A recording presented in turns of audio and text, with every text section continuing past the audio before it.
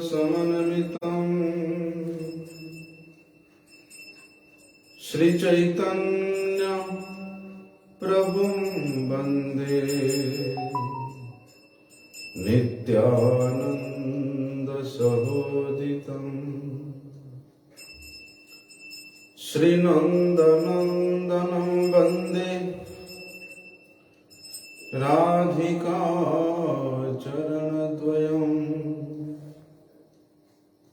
गोपीजनसमायुक्तं वृन्दावनमनोहरम् गुरवे गौरचन्द्राय राधिकाय तदालये कृष्णाय कृष्ण भगताय तद्भगताय नमो नमः। वंशाकल्पतरुर्भ्यश्च कृपा सिन्धुभ्यैव च पतितानां पावनेभ्यो वैष्णवेभ्यो नमो नमः। पतितपावन परम करुणामय परम आराध्यतम गुरुपाद पद्मो नित्यलीला प्रविष्टम विष्णुपाद परमहंस परिव्राजकाचार्य अष्टोत्तर शत श्री श्रीमद् शिला भक्ति वल्लभ तीर्थ गोस्वामी गुरु महाराज जी के श्री अभय चरण कमल में अनंत कोटि साष्टांग दंडवत प्रणाम करते हुए उनकी अहेतु की कृपा प्रार्थना करता हूं। परम आराध्यतम शिक्षा गुरुपाद पद्म नित्य लीला प्रविष्टम विष्णुपाद परमहंस शिला भक्ति विज्ञान भारती गोस्वामी महाराज जी की चरण कमल में अनंत कोटि साष्टांग दंडवत प्रणाम करते हुए उनकी अहितु की कृपा प्रार्थना। आज श्री जयदेव गोस्वामी जी का तिरुभाव तिथि पूजा महामहोत्सव है। श्री जयदेव गोस्वामी जी किस स्थान पर प्रकट हुए थे उसका कोई स्पष्ट रूप से कोई प्रमाण नहीं मिलता है, लेकिन हमारे गुरुजी ने जयदेव गोस्वामी जी के बारे में उन्होंने लिखा है कि जयदेव गोस्वामी जी ये 11वीं या 12वीं शताब्दी में आविर्भूत हुए थे। यद्यपि उनके आविर्भाव स्थान के विषय में अनेक मतभेद दिखाई देने पर भी अधिकांश लोगों के मत में इनका आविर्भाव बीरभूम जिला के अंतर्गत केंदुबिल्व ग्राम में हुआ था। लेकिन कुछ भक्त लोग कहते हैं कि उत्कल देश में ओडिशा में इनका जन्म स्थान है। लेकिन कहते हैं कि जयदेव गोस्वामी जी जिस ग्राम में प्रकट हुए थे केंदुबिल्व ग्राम में, उस ग्राम के 20 मील दूर में एक नदी है, अजय नदी। और उस अजय नदी के पास में ही जयदेव गोस्वामी जी को उनके सेवित आराधित श्री राधा माधव जी के सुंदर विग्रह प्राप्त हुए थे।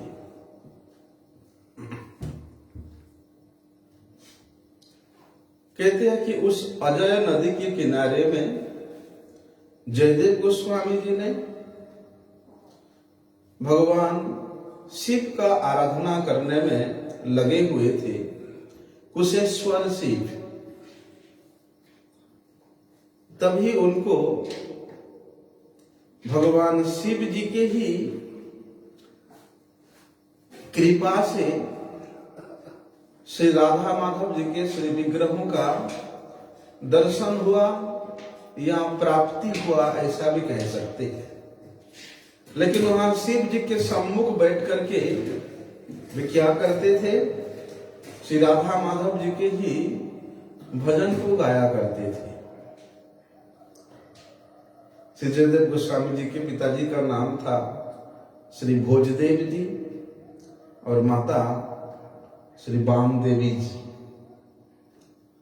कहते हैं कि जब बंग देश में राजा लक्ष्मण सेन का राजत्व था, उसी समय राजा लक्ष्मण सेन श्री जयदेव गोस्वामी जी के प्रति अत्यंत आकर्षण होकर के वे अपनी राज प्रसाद के निकट में ही इनके रहने के लिए एक निवास स्थान का व्यवस्था कर दिया था।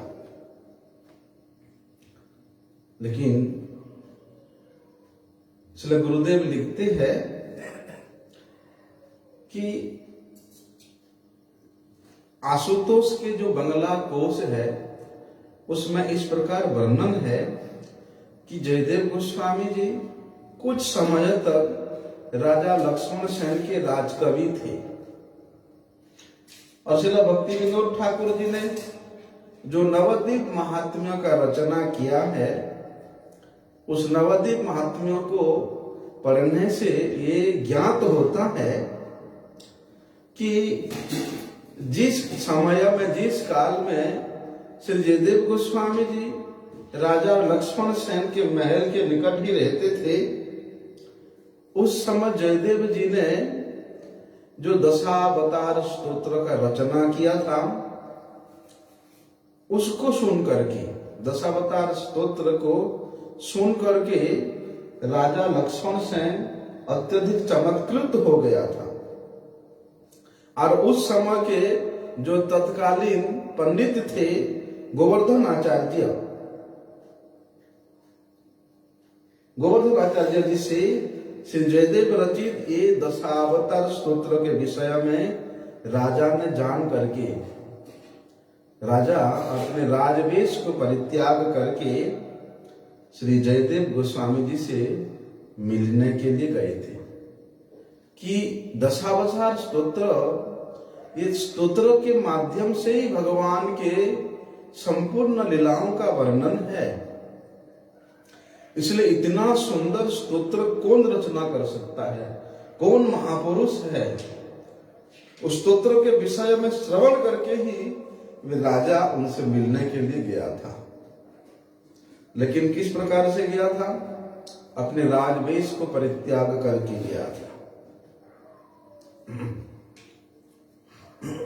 अभी जयदेव गोस्वामी जी के सामने जाकर के साक्षात रूप से जयदेव गोस्वामी जी का दर्शन करके वास्तव में राजा उनके, जयदेव गोस्वामी जी के जो महापुरुषोचित अलौकिक व्यक्तित्व है, उसका दर्शन करके उनके प्रति अभी तो और अधिक आकर्षित हो गया है।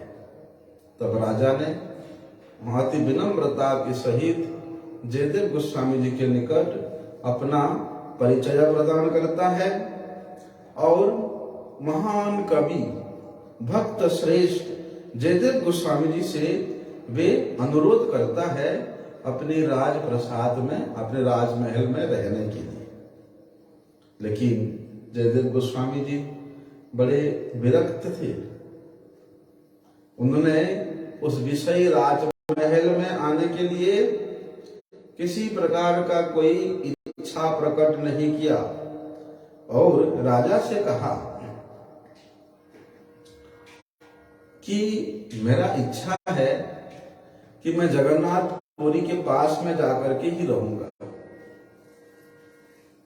इस पर राजा लक्ष्मण सेन क्या करता है कि राजा मेरे राजत्व काल में मेरे राज्य को छोड़ करके अर्थात नवद्वीप को छोड़ करके वे उड़ीसा प्रदेश में चले जाएंगे। तो राजा अत्यधिक मर्माहत होकर के जयदेव गोस्वामी जी के चरणों को पकड़ करके नवद्वीप को छोड़ करके नहीं जाने के लिए उनसे प्रार्थना किया। और नवद्वीप मंडल में ही एक सुंदर रमणीक स्थान में चंपाहाटी में, आजकल चंपाहाटी बोलते हैं ना, उस चंपाहाटी ग्राम में उनके रहने के लिए बड़ी सुंदर स्थान का व्यवस्था कर दिया। और जयदेव गोस्वामी जी से राजा ने वचन भी दिया कि हे प्रभु, आपके अनुमति के बिना मैं आपसे कभी मिलने नहीं आऊंगा। तो राजा लक्ष्मण सेन की इस प्रकार दैन्योक्ति को सुन करके जयदेव गोस्वामी जी अत्यंत संतुष्ट हुए और उन्होंने वहां चंपाहाटी में ही रहने के लिए आ गए। तो जयदेव गोस्वामी जी का अनुमति मिलने के उपरांत राजा लक्ष्मण सेन ने चंपाहाटी में ग्राम में ही उनके लिए एक बड़ी सुंदर कुटिया के निर्माण करा दिया। जब नवद्वीप धाम परिक्रमा होता है तो सभी भक्तगण चंपाहाटी दर्शन के अंतर्गत में जयदेव गोस्वामी जी के इस भजन स्थली को, जयदेव गोस्वामी जी के श्रीपाद का दर्शन करने के लिए अवश्य जाते हैं। कहते हैं जिस प्रकार से श्रीमन महाप्रभु जी के भक्त प्रवर वाणीनाथ जी ने श्रीमन महाप्रभु जी का दर्शन किया था। किस प्रकार से दर्शन किया था? बोलते हैं सत्य युग में चंपक वर्ण के विप्र के रूप में दर्शन किया था। ठीक उसी प्रकार भक्त प्रवर जयदेव गोस्वामी जी ने भी पहले तो श्री राधा गोविंद जी का दर्शन किया और फिर राधा गोविंद जी के संयुक्त शरीर विग्रह में उन्होंने इस गौर वर्ण युक्त स्वर्णकांति युक्त श्रीमन महाप्रभु जी का दर्शन किया। अर्थात राजो राधा माधव है, वे राधा गोविंद ही श्रीमन महाप्रभु से राधा गोविंद के मिलित तनु ही श्री चैतन्य महाप्रभु के रूप में प्रकट हुआ है, ये उन्होंने साक्षात रूप से दर्शन किया। तब श्रीमन महाप्रभु जी ने जयदेव गोस्वामी जी को वहां दर्शन देकर के उनको पुरुषोत्तम धाम में जाने के लिए आदेश दिया। और महाप्रभु जी का आदेश पालन करने के लिए जयदेव गोस्वामी जी नवद्वीप धाम को त्याग करके वे अत्यंत विरह से संतप्त होकर के वहां पर पुरुषोत्तम धाम में चले जाते हैं। लेकिन इस प्रकार कहा जाता है कि जयदेव गोस्वामी जी ये उड़ीसा के जो राजा था उस राजसभा के ये महापंडित हुए थे और जगन्नाथ जी के क्षेत्र में इन्होंने ही अपना शेष जीवन को व्यतीत किया था, ऐसा कुछ लोग कहते हैं। जयदेव गोस्वामी जी ने उनके द्वारा जो एक अप्राकृत विप्रलंब रस से परिपूर्ण ग्रंथ की रचना हुआ था श्री गीत गोविंद, उसको अष्टपदी के नाम से भी कहा जाता है। तो श्रीमन महाप्रभु जी ने जयदेव गोस्वामी जी को कहा, क्या कहा? उन्होंने वहां पर स्वर्ण कांति से युक्त श्री राधा गोविंद के मिलित तनु के रूप में अपना दर्शन दान दे करके उसी समय श्रीमन महाप्रभु जी ने कहा था कि जब वे नवद्वीप धाम में प्रकट होंगे तब संन्यास ग्रहण करने के बाद वे पुरुषोत्तम धाम में जाकर के उनके द्वारा रचित एक गीत गोविंद का आस्वादन करेंगे। अभी तक श्रीमान महाप्रभु जी प्रकट नहीं हुए, प्रकट होने से पहले से ही उन्होंने जयदेव गोस्वामी जी को दर्शन दिया था।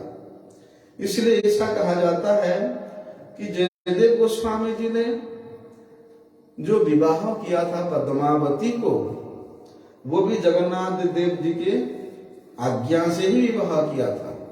यद्यपि उनको पत्नी ग्रहण करने के लिए किसी प्रकार कोई इच्छा नहीं था, विरक्त रूप में रहने का इच्छा था, फिर भी जगन्नाथ जी का आज्ञा था, इसलिए उन्होंने पत्नी ग्रहण करने के लिए बाध्य हुए थे।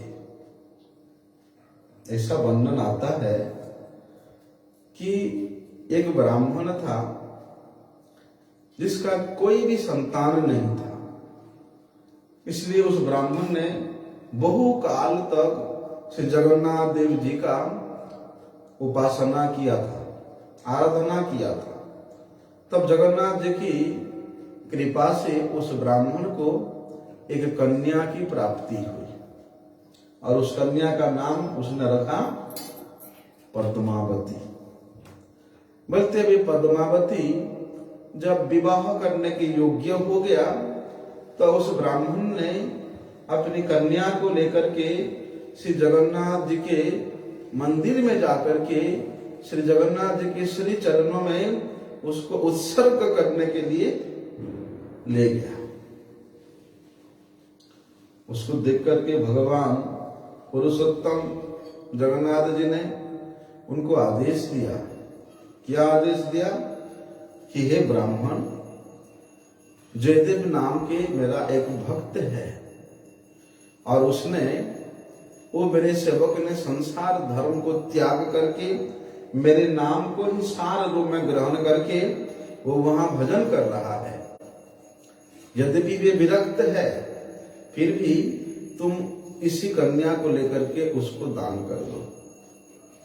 तो ब्राह्मण ने अपने उस कन्या को लेकर के श्री जयदेव गोस्वामी के निकट उपस्थित होते हैं और जयदेव गोस्वामी जी से प्रार्थना करते हैं। जगन्नाथ जी का जो आज्ञा था, उस आज्ञा के साथ जयदेव गोस्वामी को अनुरोध करते हैं, लेकिन जयदेव गोस्वामी जी किसी भी प्रकार से संसारी होने के लिए इच्छा प्रकाश नहीं किया, ना ही उस ब्राह्मण के पुत्री को ग्रहण करने के लिए कोई इच्छा किया। इसलिए उस ब्राह्मण के बात को मानने में अपना असामर्थ्यता प्रकट करके उन्होंने चुप हो गए। तब वे ब्राह्मण साक्षात जगन्नाथ जी का आदेश के विषय में बतलाया और जगन्नाथ जी के उस वाग्दत्ता कन्या को जयदेव जी के नाना नाना बोलते हुए उनके पास में छोड़ करके वो चले आए। जयदेव गोस्वामी जी देख करके हक्के बक्के रह जाते हैं और उस कन्या से कहते हैं कि बोलो तुम कहां जाओगे, जहां जाना चाहो मैं तुमको उस स्थान पर लेकर के छोड़ दूंगा, लेकिन यहां तुम्हारा रहना नहीं हो सकता है, मेरे पास तुम्हारा रहना संभव नहीं है। तब पद्मावती बड़े कातर स्वर में कहती है, पिताजी ने जगन्नाथ देव जी के आदेश से मुझे तुम्हारे हाथ में सौंप दिया है, इसलिए तुम ही मेरे स्वामी हो, तुम ही मेरे सर्वस्व हो। तुम अगर मेरा परित्याग कर दोगे तो अभी के अभी यहां तुम्हारे चरणों में मैं अपना प्राण त्याग दूंगी। हे नाथ, अब तुम भी मेरे गति हो, तुम्हारे बिना मेरा दूसरा कोई गति ही नहीं है। अभी जयदेव गोस्वामी क्या कर सकते हैं? पर ऐसी परिस्थिति में बाध्य होकर के उनको उस पद्मावती के साथ विवाह करना पड़ा। बोलते जयदेव गोस्वामी जी ने एक सुंदर नारायण विग्रह की प्रतिष्ठा किया था।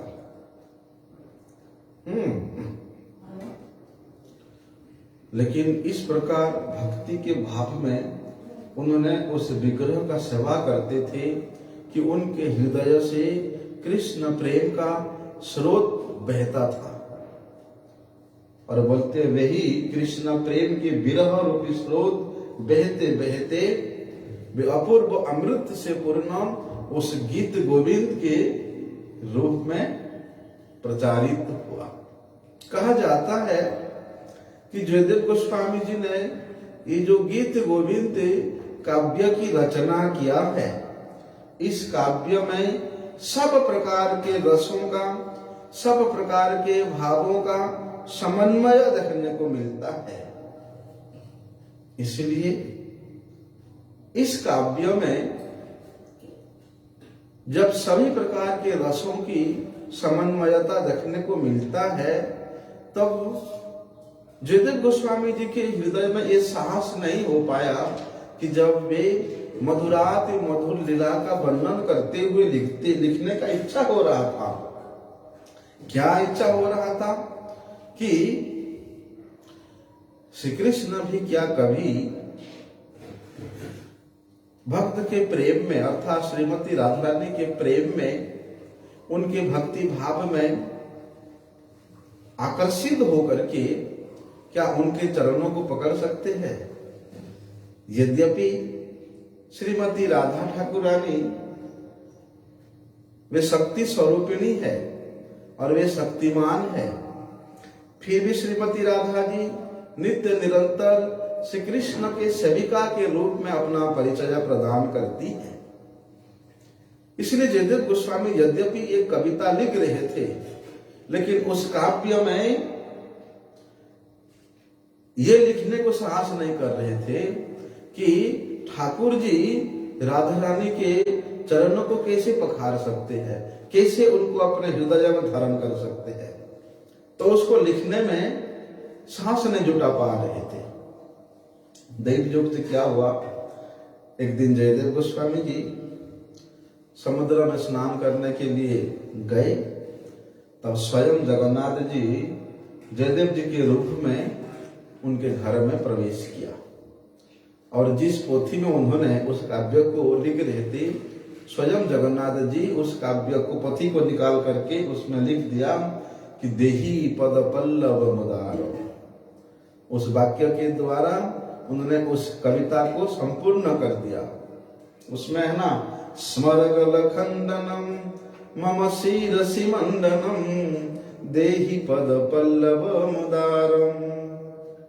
स्वयं जगन्नाथ जी जयदेव जी के रूप में उनके घर में जाकर के इस पद्य के द्वारा उस पद्य के चरण को उन्होंने पूर्ण कर दिया। अभी पद्मावती देखती है कि जयदेव जी इतना जल्दी जब समुद्र से स्नान करके वापिस आ गए और बोलते, प्रभु आप तो अभी अभी स्नान करने के लिए निकले ही थे और इतना जल्दी वापिस कैसे आ गए। तब जगन्नाथ जी जो जयदेव के रूप धारण करके प्रवेश किए हैं, वो कहते हैं कि प्रिय, जाते जाते मन में एक बात याद आ गया, बाद में कहीं भूल नहीं जाऊं, इसलिए आकर के मैंने उसको लिख दिया है।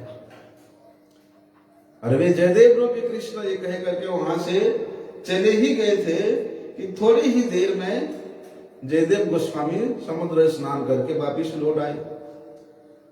पद्मावती देख करके हैरान हो जाती है, बोलते अभी आप स्नान करने के लिए गए थे, वापिस आकर के कुछ लिख करके फिर निकले थे, फिर इतना जल्दी आप कैसे स्नान करके वापिस आ गए। मेरे मन में तो कुछ ना कुछ गड़बड़ लग रहा है, कुछ ना कुछ संदेह है कि वो जो आकर के लिख के गया, क्या वास्तव में वो आप थे या कोई और। तो जयदेव गोस्वामी जी सीधे अंदर गए और वे पोथी को खोला और दर्शन किया कि साक्षात उसमें लिखा हुआ है, देवाक्षरों में लिखा हुआ है, देहि पद पल्लव मुदारम। उस अक्षर को देखते ही उनके शरीर में रोमांच हो आया।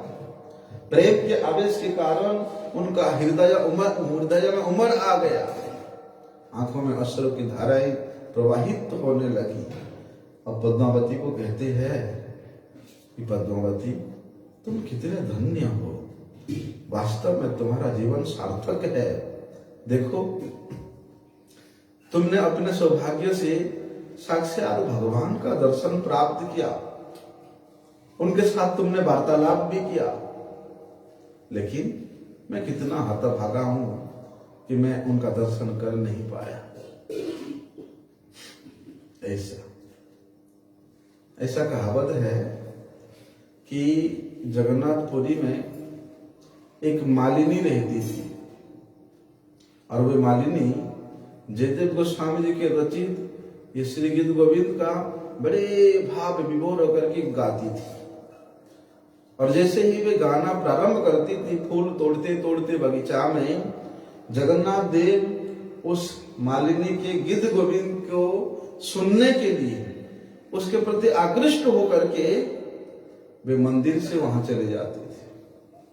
और जब तक वे मालिनी फूल तोड़ते तोड़ते गीत गोविंद को गाया करती थी, तब तक जगन्नाथ जी वहां छुप करके सुना करते थे। जब गीत गोविंद गाना समाप्त हो जाता, तब चुपचाप जगन्नाथ जी फिर वहां से अपने मंदिर में सिंहासन में आके विराजमान हो जाते थे। बल्कि जब जगन्नाथ जी वहां से वापिस आए, उस समय जो राजा था, उत्कल का राजा, वे मंदिर में जगन्नाथ जी का दर्शन करने के लिए गया। जाकर के देखता है कि जगन्नाथ जी के अंगों में धूल लगा हुआ है, उनके कपड़े पे, उनके बाल पे वो कांटे लगा हुआ है। जब राजा ने पूछा सेवकों को, भाई क्या कारण है, तुम लोग कैसे सेवा करते हो? हैं? जगन्नाथ जी के शरीर में कितना दिन से धूला है, कांटा है, और ये सब सूखे सूखे फूलों सारी बाल में लगा हुआ है। लेकिन कोई भी सेवक कुछ नहीं बोल पाया। लेकिन वो सेवक लोग डर गए कि पता नहीं अब राजा हमको क्या दंड देगा। लेकिन रात्रि में ही श्री जगन्नाथ देव जी ने राजा को सपना दिया। क्या बतलाया कि राजन, इनमें सेवकों का किसी प्रकार का कोई दोष नहीं है। मेरे शरीर में कांटा लगा, धूल लगा, इसके लिए कोई जिम्मेदार नहीं है। मैं स्वयं ही उस मालिनी के पास जाता था और उस बगीचे में छुप करके गीत गोविंद को सुना करता था, और उस झाड़ियों में छुपने के कारण ये सब कांटे फाटे मेरे शरीर पे, कपड़े पे, बाल पे लग गए हैं। तब राजा उस सपने के मर्म को तत्काल समझ गया और उन्हें बड़े विस्मित होकर के सुबह सुबह ही उस मालिनी को लाने के लिए पालकी भेजा।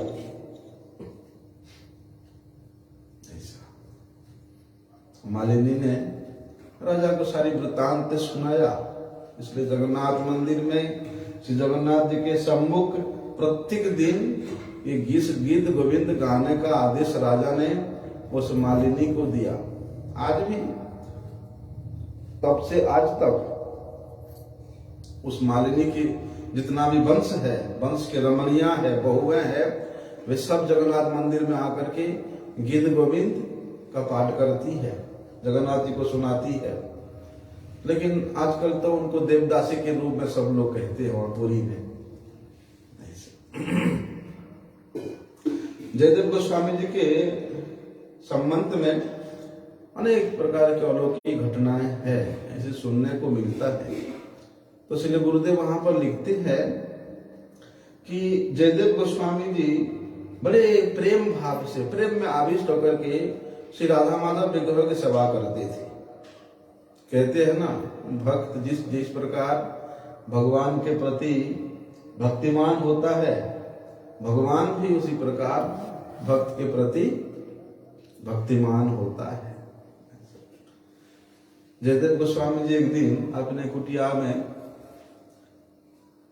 वो छा रहे थे, क्या बोलते हैं उसको, नहीं, फूस, धान का फूस होता ना, हाँ, चप्पल में धान का फूस, धान का फूस, हाँ, वो छा रहे थे। लेकिन इतना तेज धूप था, भगवान को भक्त का दुख कहाँ देखा जाता है? भगवान से देखा नहीं गया। अरे मेरा भक्त जयदेव इतनी कड़की धूप में उस कुटिया के ऊपर बैठ करके ये फूस छा रहा है। तो भगवान क्या करते हैं, वे स्वयं उस कुटिया के नीचे जाकर के जो धान का लंबा लंबा फूस नीचे पड़ा था उसको स्वयं अपने हाथों से बांध बांध करके जयदेव को पकड़ा रहे हैं और वो जयदेव गोस्वामी ऊपर में छा रहे हैं। और जयदेव गोस्वामी सोच रहे हैं कि शायद मेरी पत्नी पद्मावती आकर के ये सब करके दे रही है, इसमें देर हो जाएगा बोल करके। लेकिन जगन्नाथ जी बड़े जल्दी जल्दी उसको बांध, राधा माधव जी बड़े जल्दी जल्दी बांध बांध करके पकड़ा रहे, तो जल्दी जल्दी वो कार्य पूरा हो गया।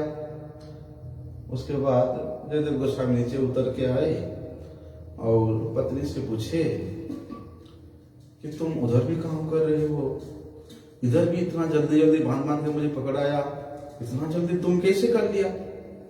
तो पत्नी कहती क्या कहते हो आप, मैं तो दूसरे कार्य में व्यस्त हूं, मैं तो कुटिया के पास में गया नहीं, अब क्या बात करते हो? तो जयदेव गोस्वामी समझ गए।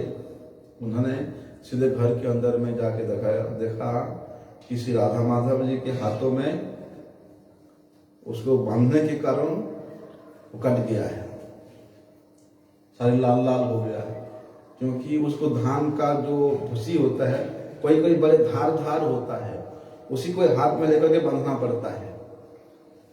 तो राधा माधव जी स्वयं बांध बांध के पकड़ाए हैं, तो उनके हाथों में ऐसे महीन महीन एकदम पतला पतला सा कट गया है। तब जयदेव गोस्वामी जी समझ गए कि ये किसका कार्य है। उन्होंने राधा माधव जी के चरणों में पड़ करके बहुत रोने लगे कि प्रभु आप मेरे लिए इतना कष्ट सहन किया आपने। कहते हैं कि जयदेव गोस्वामी जी ने अपनी शेष दिन उस जगन्नाथपुरी में ही रह करके व्यतीत किया, लेकिन कोई कोई कहते हैं कि उनके जन्म स्थान जो केंदुबिल व ग्राम है वहां पर व्यतीत किया, और कुछ लोग कहते हैं कि उन्होंने वृंदावन में ही अपना अंतिम समय व्यतीत किया। लेकिन श्री भक्ति सिद्धांत सरस्वती गोस्वामी ठाकुर प्रभुपाद जी उन्होंने लिखते हैं कि जयदेव गोस्वामी जी अपने शेष जीवन ये जगन्नाथ क्षेत्र में ही व्यतीत किया था। ऐसा चैतन्य महाप्रभु जी ने अपनी लीला के जो शेष 12 वर्ष है जगन्नाथपुरी में रह करके श्री राधा भाव विभावित होकर के उन्होंने उस गुरु प्रेम रस का आस्वादन करने के समय में विशेष रूप से श्री राय रामानंद और स्वरूप दामोदर गोस्वामी के साथ में जयदेव गोस्वामी जी का रचित गीत गोविंद का आस्वादन करते थे। लेकिन कहते हैं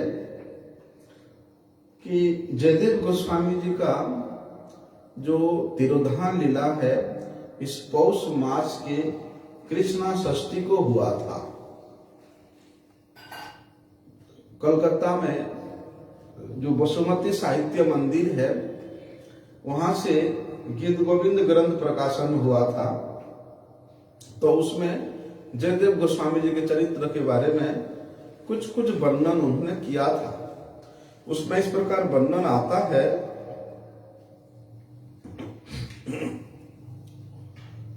कि जयदेव गोस्वामी जी एक समय उनको अपने प्राणधन श्री राधा माधव जी के उत्सव करने के लिए कुछ धन की आवश्यकता हुआ, इसलिए उन्होंने धन एकत्रित करने के लिए गांव गांव में जाकर के भिक्षा किया। अब कई जगहों पर भ्रमण करने के बाद जब काफी धन एकत्रित हो गया उसको वापिस लेकर के वे गांव लौट रहे थे, परंतु क्या हुआ, रास्ते में ही कुछ डाकुओं ने उनके सारी धन को लूट लिया। धन तो लूटा ही, बोलते उनके दोनों हाथ और दोनों पैर को काट करके उस जंगल में ही कुएं में उनको फेंक दिया। लेकिन वो कुएं में पड़े पड़े जयदेव गोस्वामी जी इतनी कष्ट में भी हरिनाम नहीं छोड़े, हरिनाम करते थे, उच्च सोच हरिनाम करते रहे। आज 3 दिन हो गया दैव योग से तीसरे दिन एक राजा ने उधर से होके आखेट करते हुए निकल रहा था। तब उस स्थान से गुजरते हुए उन्होंने उस कुएं में से हरिनाम की ध्वनि सुन करके कुएं के पास आकर के देखा कि एक व्यक्ति जिसके हाथ पैर कटे हुए हैं वे कुएं में पड़ा है और बड़े जोर जोर से हरिनाम कर रहा है। तब उस क्षद विक्षद अवस्था में जयदेव गोस्वामी जी को राजा ने किसी प्रकार कुएं से बाहर निकलवाता है और उनको राजमहल में ला करके बड़े यत्न के साथ उनका सेवा शुश्रूषा करते हैं। राजा और रानी दोनों के प्रयत्न से जयदेव गोस्वामी धीरे धीरे स्वस्थ हो गए और जयदेव जी को उन राजा और रानी ने परम भक्त जान करके और उनके कंठ से ये सुमधुर गीत गोविंद को श्रवण करके वे बहुत मुग्ध हो जाते थे। इसलिए शीघ्र ही श्री जयदेव जी की पत्नी पद्मावती को भी उन्होंने राजमहल में ले आए। राजा रानी दोनों जयदेव गोस्वामी जी से विष्णु मंत्र में दीक्षित होकर के जयदेव गोस्वामी जी के मुख से नित्य प्रति श्री कृष्ण कथा श्रवण करते और वैष्णव सेवा करते करते वे अपने जीवन को धन्य करने लगे। एक दिन क्या हुआ, वे डाकू जिन्होंने जयदेव गोस्वामी जी को उत्पीड़ित किया था, वे डाकू वैष्णव वेश में उस राजभवन में अतिथि के रूप में आए और जयदेव गोस्वामी जी ने उन डाकुओं को देख करके उनको पहचान लिया, लेकिन पहचानने पर भी उन डाकुओं को यथा योग्य सम्मान के सहित अतिथि सत्कार करने की सब व्यवस्था करने के लिए उन्होंने आदेश भी दिया था। और वे डाकू लोग भी जयदेव गोस्वामी जी को देख करके पहचान लिए, इसलिए पकड़े जाएंगे और दंडित होंगे। इसी भय से उन्होंने वहां आतिथ्य को ग्रहण नहीं करके वहां से भागने की तैयारी में थे। लेकिन जयदेव गोस्वामी जी समझ गए थे, राजा से कह करके उन्हें बहुत सा धन उन डाकुओं को दिलवाया और राज कर्मचारियों को साथ दे करके उनको विदा करवाया। जैसे उन डाकुओं ने कुछ दूर तक गए तो जो राज कर्मचारी उन डाकुओं को छोड़ने के लिए गए थे उनसे कहते हैं कि आप लोगों को और हमारे पीछे पीछे ज्यादा दूर जाने की आवश्यकता नहीं है, हम आपको एक गुप्त रहस्य बताते हैं, आप सुनो। डाकुओं ने बता रहे हैं, आप लोग चुपचाप जाकर के इसको राजा को बता देना। अब ये रहस्य ये है कि हम लोग अभी तो वैष्णव हो गए, लेकिन वैष्णव होने से पहले हम लोग एक राजा का अनुचर थे और राजा ने किसी विशेष कारण से ये जो महंत बाबा है तुम्हारे राजा के जो गुरु बना हुआ है, बोलते उसको मारने के लिए राजा ने आदेश दिया था, लेकिन हमने नहीं मार करके उसके हाथ पैर को काट करके उसको कुएं में डाल दिया था। बोलते ये जो रहस्य है इसको प्रकाशित होने की आशंका से उसने उस महंत कौन है, जयदेव गोस्वामी जी, राजा से अनुरोध किया कि ये लोग ना बता दे मेरी कहानी। इसलिए राजा को अनुरोध किया कि इनको बहुत सा धन दो और जल्दी यहां से विदा कर दो। इतना गड़ी गड़त मिथ्या बात उन डाकुओं ने उन राज कर्मचारियों को सुनाया। लेकिन देखो, जिस जयदेव गोस्वामी जी ने उनको इतना उत्पीड़ित करने के बावजूद भी उन डाकुओं को राजा से कहलवा करके इतना सारे धन भी दिलवाया, इतना सम्मान भी दिलवाया, उसके बाद भी वे डाकू लोग ऐसे संत के विषय में कैसा कह रहे हैं। बोलते पृथ्वी देवी उनके इसे मिथ्या कथन को सहन नहीं कर पाई और वहीं पर ही पृथ्वी फट गया और उस पृथ्वी में वे दुराचारियों ने पृथ्वी के गर्भ में चले गए। कहते हैं ना,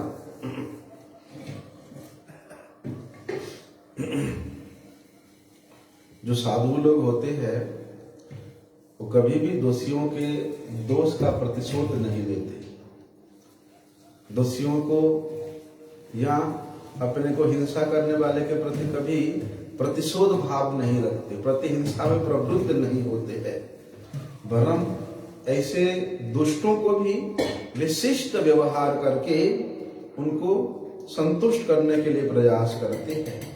लेकिन भगवान का जो अमोघ विधान है, विधि का विधान को कौन टाल सकता। भक्त के प्रति यदि कोई अत्याचार करता है तो उसको दंडित करने के लिए भगवान पहले से ही सब व्यवस्था करके रखते हैं, इसलिए उन पापियों को उनके पाप कर्मों का फल अवश्य प्राप्त हुआ ही है। तो ऐसा कहा जाता है, वहां पर राजमहल में रहते रहते रानी के साथ जयदेव जी की पत्नी का अच्छा मित्रता हो गया था। तो उन दिनों सती होने का प्रथा चलती थी, तो रानी के भाई मर गया था, और भाई तो मर गया लेकिन भाई की पत्नी उसके साथ सती होने के लिए विलाप कर रही थी। लेकिन पद्मावती कहती है कि स्वामी जी के मृत्यु होने के बाद पत्नी में प्राण नहीं रहती, पत्नी के शरीर में प्राण वैसे भी नहीं रहती। लेकिन वो राजमहिषी ने पद्मावती के बात को सुन करके एक दिन पद्मावती का परीक्षा लेने के लिए कहा। क्या कहा? आकस्मिक रूप से पद्मावती के पास आकर के रानी कहती है कि जयदेव गोस्वामी का मृत्यु हो गया। और पद्मावती समाचार सुनते ही बल्कि प्राण त्याग देती है। रानी ने कहा कि जयदेव गोस्वामी मृत्यु हो गया, प्राण त्याग दिया। तो सुनते ही पद्मावती अपने प्राण त्याग दिए। अभी इस दारुण समाचार को सुनते ही पद्मावती प्राण तो त्याग दिए, लेकिन उस रानी ने, जो राजमहिषी ने, इसके लिए अपने आप को बहुत दोषी माना और बहुत शोक संतप्त होकर के रोते रोते राजा रानी दोनों जयदेव गोस्वामी जी के पास जाते हैं और ये सारी वृत्तांत सुना करके किसी प्रकार पद्मावती के शरीर में पुनः प्राण दान देने के लिए जयदेव गोस्वामी जी से अनुरोध करती है। जयदेव गोस्वामी जी वे तो सर्वसमर्थ थे, वे पद्मावती जी के कान के पास में जाकर के कृष्ण नामामृत सिंचन करने लगे। जैसे ही अपने पति के मुख से कृष्ण नाम श्रवण किया, वैसे ही पद्मावती जैसे नींद से जागते हैं मनुष्य, उसी प्रकार मृत्यु शैया से अपने आप उठ करके बैठ गई। तो ऐसा अद्भुत दर्शन करके राजा रानी, उसके समस्त परिवार जयदेव गोस्वामी जी और पद्मावती जी को बार बार प्रणाम करने लगी। उसके बाद जयदेव गोस्वामी जी वृंदावन दर्शन करने के लिए बहुत व्याकुल होते हैं। राजा रानी से विदा करके वे अपने इष्ट देव श्री राधा माधव जी को साथ में लेकर के वृंदावन यात्रा के लिए चल पड़ते हैं। और वृंदावन में पहुंच करके वहां केसी घाट के निकट ही श्री राधा माधव जी का प्रतिष्ठा करके वहीं पर उनका सेवा करते हैं और उनको नित्य प्रति मधुर कंठ से गीत गोविंद श्रवण कराते कराते अपने ठाकुर का आनंद विधान करते रहते हैं। एक महाजन आकर के वहां किसी घाट के सम्मुख श्री मां राधा माधव जी के लिए एक सुंदर मंदिर का निर्माण करवा दिया। लेकिन ऐसा सुना जाता है कि अधिक समय अर्थात दीर्घ काल तक जयदेव गोस्वामी जी वृंदावन में वास किया करने के उपरांत उन्होंने पुनः अपने ग्राम उनके जन्म स्थान बिल्व ग्राम में जाकर केंदु बिल्व ग्राम में जाकर के वहां साधन भजन करने लगे और ये बहुत दूर जाकर के गंगा स्नान करते थे। एक दिन क्या हुआ, देवी योग से वे गंगा स्नान करने के लिए नहीं जा पाए। यद्यपि वे गंगा स्नान को नहीं गए, उनका मन बड़ा दुख था, तो उनको इतना दुखी दे करके, कातर दे करके साक्षात गंगा देवी अपने स्रोत को मुड़ते हुए उस केंद्र बिल्व गांव के पास आ गई और वहीं पर उनको कृपा किया। कहा जाता है जयदेव गोस्वामी जी वहीं अपनी जन्मभूमि में ही उस केंद्रबिल्व ग्राम में ही अपनी साधना लीला का परिसमाप्ति किया और उनकी उस पवित्र स्मृति रक्षा के लिए आज भी प्रत्येक वर्ष माघ मास के संक्रांति के दिन में वहां पर बड़ा मेला लगता है। जयदेव गोस्वामी जी उस केंद्रबिल्व ग्राम में वापिस आकर के अपना शेष जीवन वहीं व्यतीत करने की कथा सुनी तो जाती है, लेकिन उनके प्राणधन श्री राधा माधव जी को उन्होंने वृंदावन से वहां केंद्रबिल्व ग्राम लेकर के आए, ऐसा तो कहीं नहीं सुना जाता है। जयपुर के राजा ने श्री जयदेव गोस्वामी जी के तिरोभाव के पश्चात उनके जो प्राणधन है श्री राधा माधव विग्रह को यहाँ केसी घाट के मंदिर से लेकर के उन्होंने जयपुर में वो जो घाटी है वहाँ उनका स्थापित किया। इसलिए आज भी राधा माधव जी वहाँ जयपुर में सेवित हो रहे हैं। जाना कभी तो दर्शन करना। क्या दर्शन, बड़े सुंदर दर्शन है राधा माधव जी का। और राधा माधव जी का जैसा स्वरूप है वहाँ राधा गोविंद जी का भी बिल्कुल वैसा ही स्वरूप है। राधा गोपीनाथ जी का भी बिल्कुल ऐसा ही स्वरूप है। और करौली के जो राधा मदन मोहन है वो भी ऐसा ही स्वरूप है। चारों विग्रह उनके जो हस्त है, मुख है, अधरामृत है, ठीक से देखना बिल्कुल एक जैसा लगते हैं। जो भी है आज जयदेव गोस्वामी जी का तिरुभाव तिथि पूजा महामहोत्सव है। वंशा कल्पतरुभ्यश्च कृपा सिंधुभ्यैव च पतितानां पावनेभ्यो वैष्णवेभ्यो नमो।